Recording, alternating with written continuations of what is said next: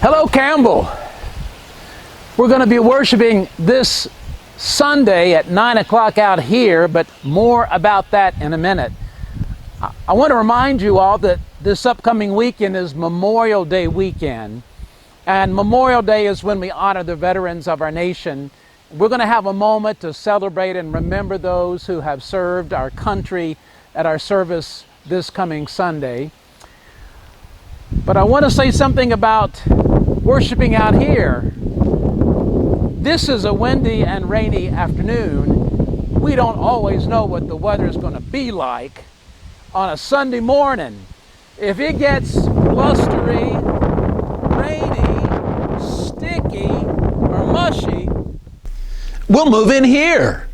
The weather is always nice in here, not a cloud in the ceiling.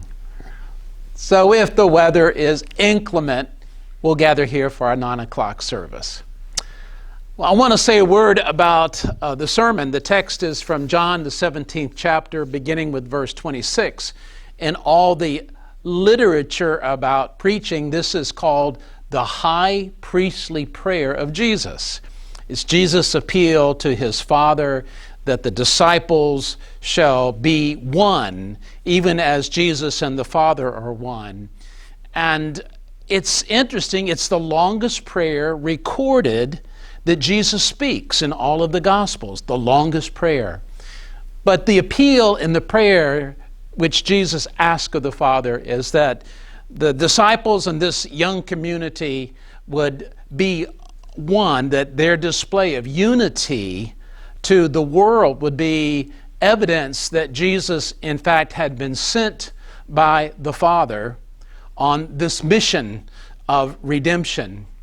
Two things occurred to me, and one is simply that evidently the way that we are with one another and we interact with other Christian folks and all people is powerful as a demonstration of our faithfulness. So how we behave and get along is very important. The second piece about the text is that you cannot impose unity.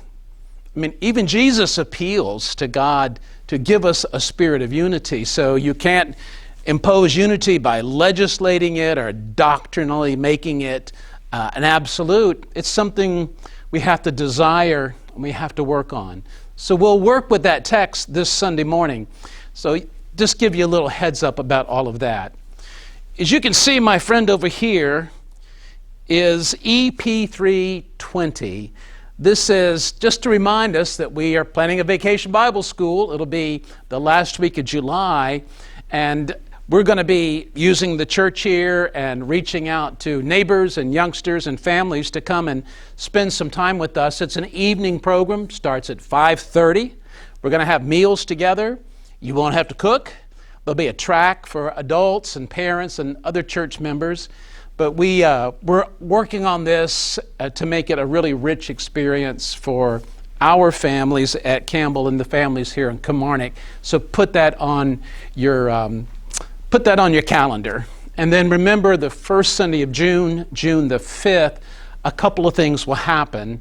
We'll have one service at 11 for Living Water in Campbell.